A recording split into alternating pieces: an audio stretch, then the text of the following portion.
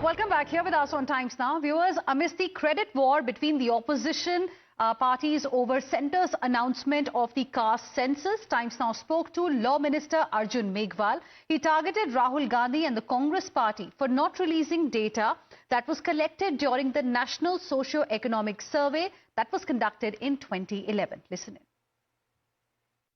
आपको लोकसभा का डिबेट को याद दिला रहा हूं। 2013 में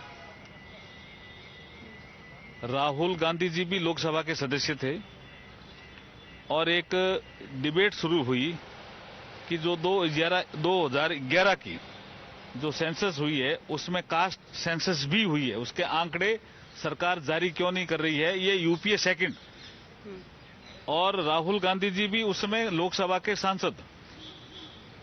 उस बहस में इन्होंने हिस्सा ही नहीं लिया राहुल गांधी जी ने।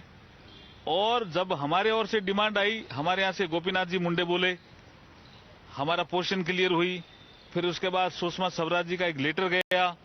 उसके बाद भी इन्होंने, जब इनको पास अवसर था तो इन्होंने कास्ट सेंसस लागू नहीं की। इनके पास आंकड़े होते हुए भी इसका मतलब ये दो मुंही बातें करते हैं, कहते कुछ हैं और करते कुछ हैं। इनकी कथनी और करनी में अंतर है। पर सर, तेजस्वी यादव का भी आज एक ट्वीट आया, वो कहते हैं रिजर्वेशन इन जुडिशरी चाहिए, रिजर्वेशन हमें चाहिए प्राइवेट इंस्टीट्यूशन। देखिए, वो विषय भी राहुल गांधी जी ने एक प्रेस कॉन्फ्रेंस अभी करी थी जब नरेंद्र मोदी जी की अध्यक्षता में कैबिनेट ने फैसला लिया कास्ट सेंसस का।